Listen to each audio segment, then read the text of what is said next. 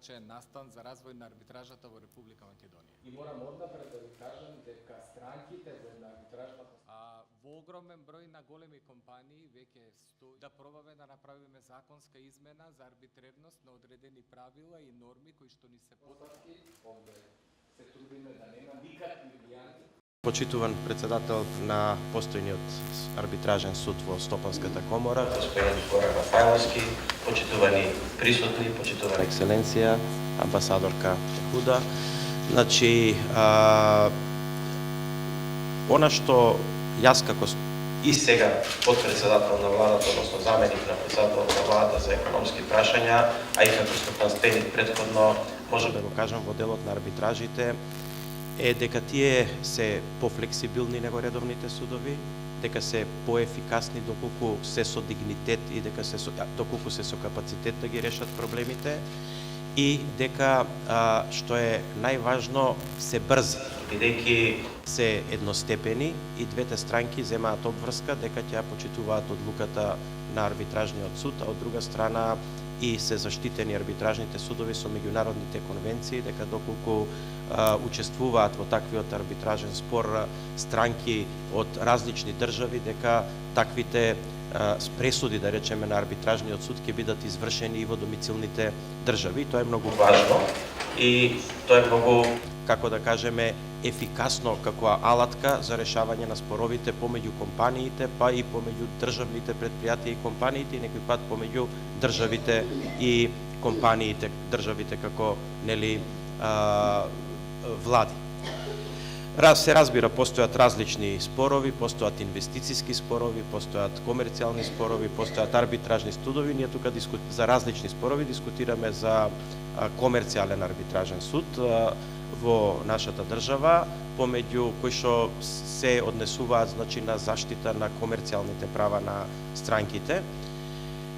За жал, јас имав прилика да учествувам во повеќе такви арбитражни спорови кои што и сега во владата Македонија ги имала од минатото и сега се уште трајат. Процесот е транспарентен во делот на тоа дека се номинираат од двете страни по еден арбитар, а после тие заедно номинираат трет арбитар.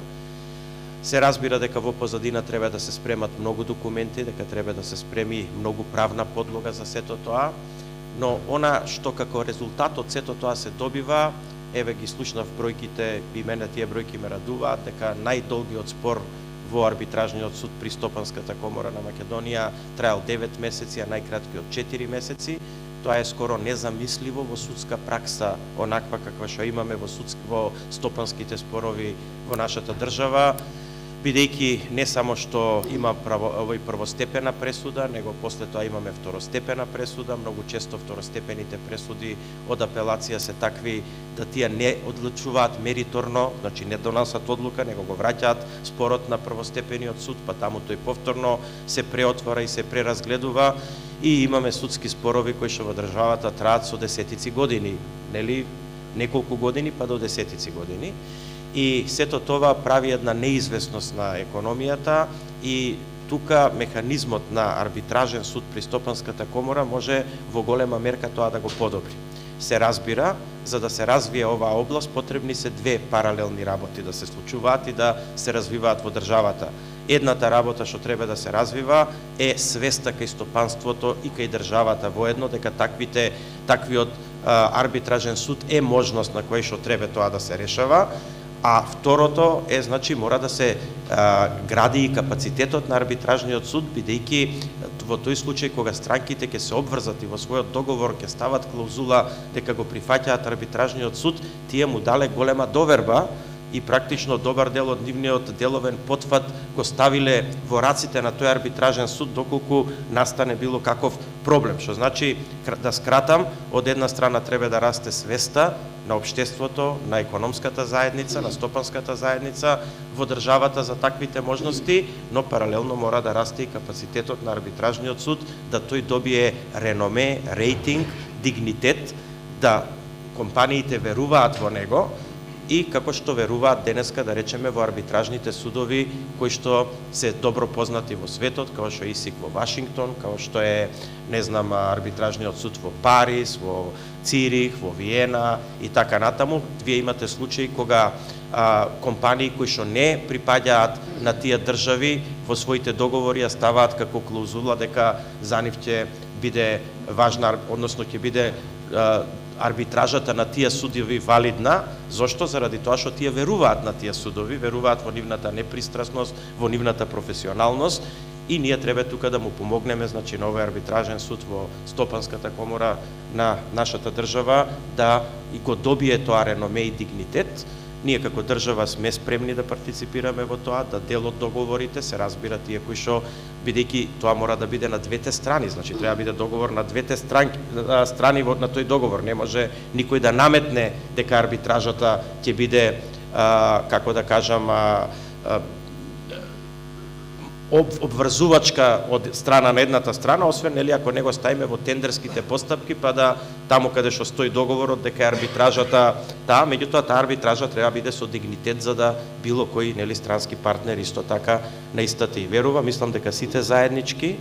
ќе го изградиме тој капацитет полека во нашата држава. Пред се надевам прво помеѓу домашните компании, домашните и странски компании, а после тоа да тој со својот дигнитет и капацитет може да докаже дека, нели, влева доверба кај пошироката заедница. Јас лично ќе бидам многу среќен да видам дека поголем дел од случаите, не како сега што е 5% или 7%, него поголем број од случаите од стопанството се решаваат на арбитража. Тоа во голема мерка ќе придонесе и за ослободување, да речеме, на економијата, бидејќи знаете дека за развојот на економијата покрај субвенциите кои што може да ги даде една држава, привилегиите, други работи се исто така многу важни како предуслов, а тоа е да има владење на правото. Арбитражата е една од можностите да владење на правото без влијание на државата, без влијание на правосудството, да речеме, кое што е многу критикувано кај нас. Второ е да имате стабилна држава, тоа веќе знаеме што подразбира, да имате стабилна политичка ситуација. Мислам дека доста се направи на тој дел со,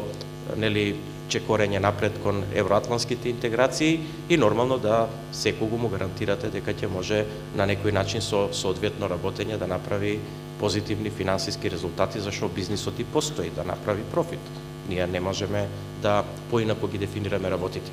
Еве, јас се извинувам ако бев малце екстензивен во излагањето, но сакам да дадам поддршка на ваквиот процес, ценам дека е корисен за стопанството, во тој смисол и го поддржувам и